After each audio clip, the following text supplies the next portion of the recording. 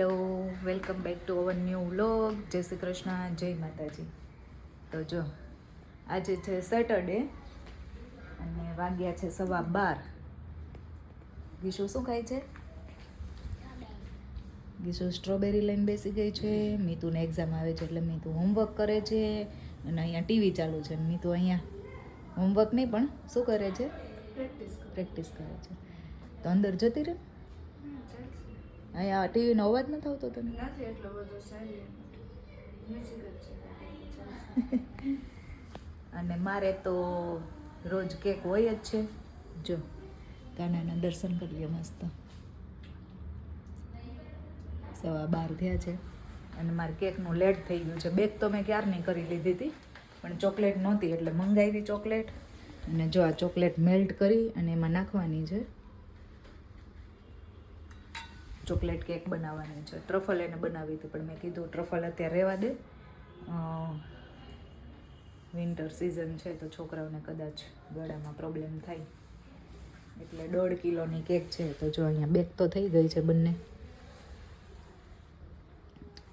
2 ટાયરવાળી છે. તો ચલો કેકનું કામ આપણે સ્ટાર્ટ કરી દઈએ, નહીતર પછી લેટ થઈ જશે. 5:30 તો દેવાની છે.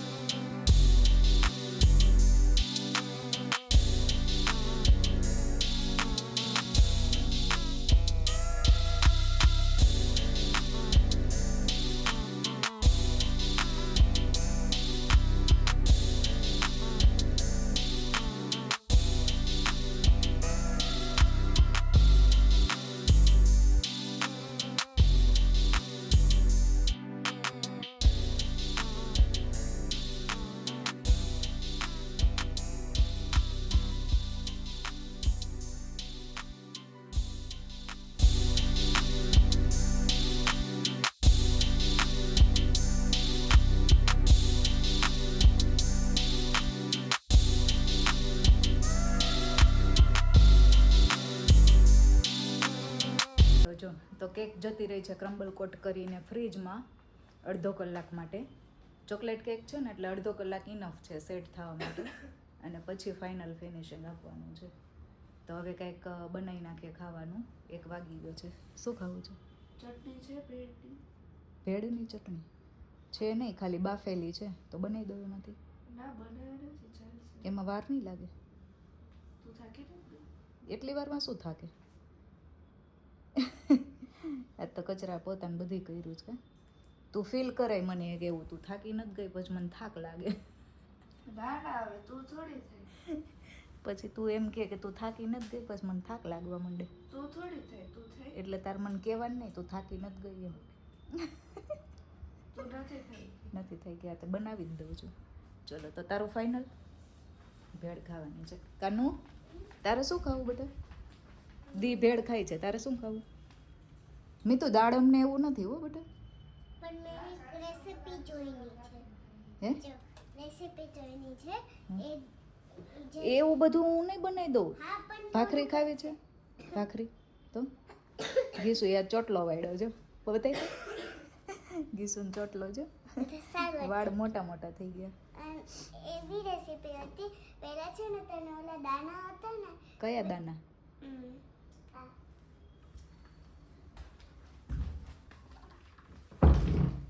આ વાળા દાણા હતા ને, હા. તને થોડાક સિંગદાણા. સિંગદાણા હા આવીને એમાં છે ને હા થોડુંક ક્રશ કરી દેવાનું મિક્સરમાં. એમાં થોડું ખજૂર બી નાખવાનું મિક્સરમાં, પછી ક્રશ કરી દેવાનું. ક્રશ થાય ને પછી મોલ્ડમાં નાખી દેવાનું. Okay, chocolate. રાઉન્ડ વાળા મોલ્ડમાં. હા. પછી છે ને ઈ થઈ જાય ને પછી એની ઉપર આમ સ્ટીક લગાવી દેવાની. અને પછી એને ડીપ કરી દેવાની ચોકલેટમાં. હા, પછી હા ખાવાની. હા, પણ એ અત્યારે ના ખવાય ને, એ હું પછી તને ભાઈને પ્રોટીન બાર કહેવાય. શું કહેવાય? 30 બાર. હા, પ્રોટીન બાર. પણ હું અત્યારે એ નથી બનાવી દેવાની. તાર ભાખરી ખાવી હોય તો ભાખરી બનાવી દઉં, બોલ. ન તો દી ભેળ ખાઈ છે. ભેળ ખાવી છે? હે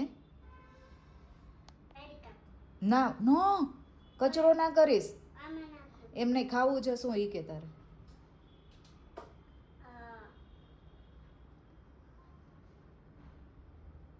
તો ડિસાઈડ કર લે પછી મને કહેજો. Okay, wafer. વેફર નહીં હો, નો. તો ચલો, આને જે ખાવું હશે એ ડિસાઈડ કરે છે. પપી. અને મીતુની ભેળ. પપીતો, અને ઈ બેયનું જે વધશે ને હું ખાઈ લઈશ, એટલે મારે હાંજ પડી જશે. મક્કી. હે? તો જો હવે મેન્યુ ચેન્જ થયું છે. ગીશુને ખાવા છે ભાખરી પીઝા. હે ને ગીશુ? ભાખરી પીઝા. અને મીતુ કહે કે મમ્મા ડબલ મહેનત નથી કરવી, મારું ચાલશે, બનાવી નાખ. તો હવે ભાખરી પીઝા બને છે.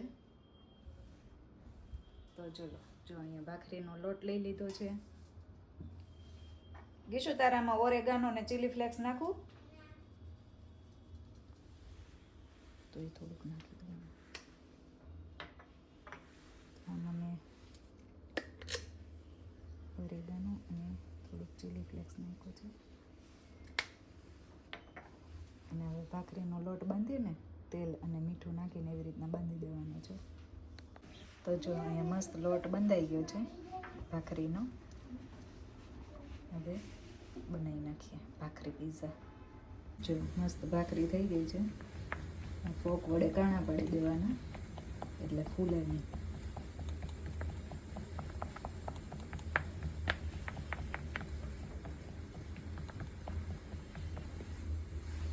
અને આપણે અધકચરી શેકી લેવાની છે.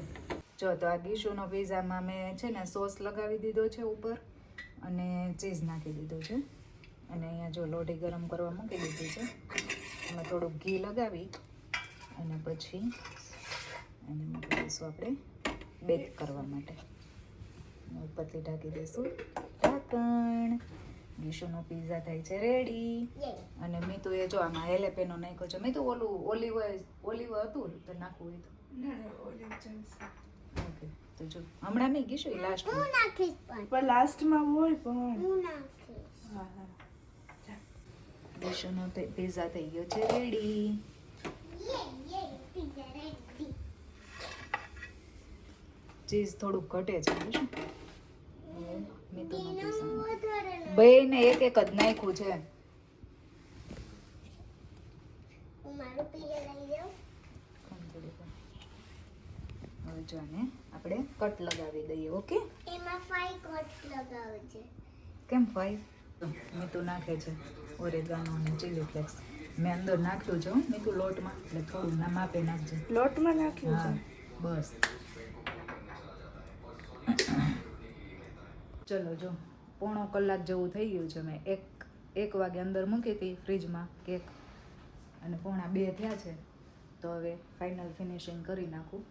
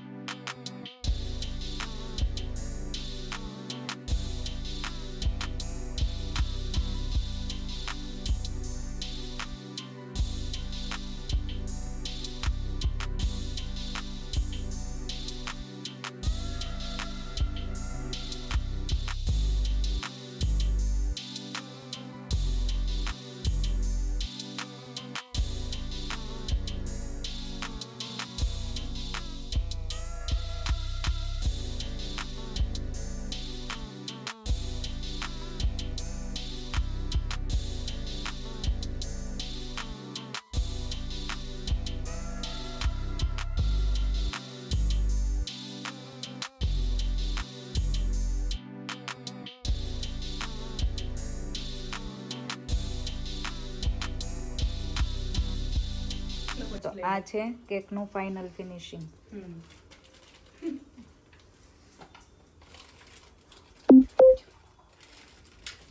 કેક જતી રહી છે અને કેક જતી રહી ને પછી એમ થાય કે હાશ ટેન્શન ઓછું થઈ ગયું.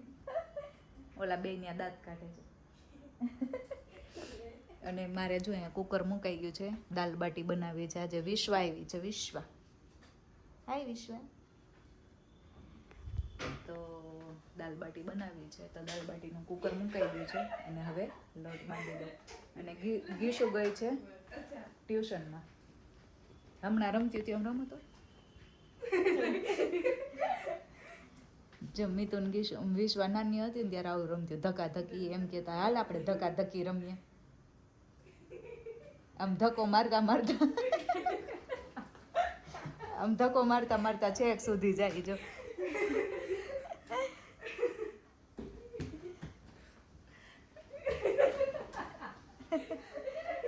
આવું રમતી નાની હતી ને ત્યારે. તો અત્યારે બાળપણના દિવસો યાદ આવ્યા છે. તો કે હાલ આપણે ધક્કા ધક્કી રમીએ, ધક્કમ ધક્કી. તો ચલો હવે હું ટેન્શન ફ્રી થઈ ગઈ છું. તો હવે બાટીનો લોટ બાંધી દો. ગીશુ નથી તો આમ મજા આવે છે ને તમને? હે હે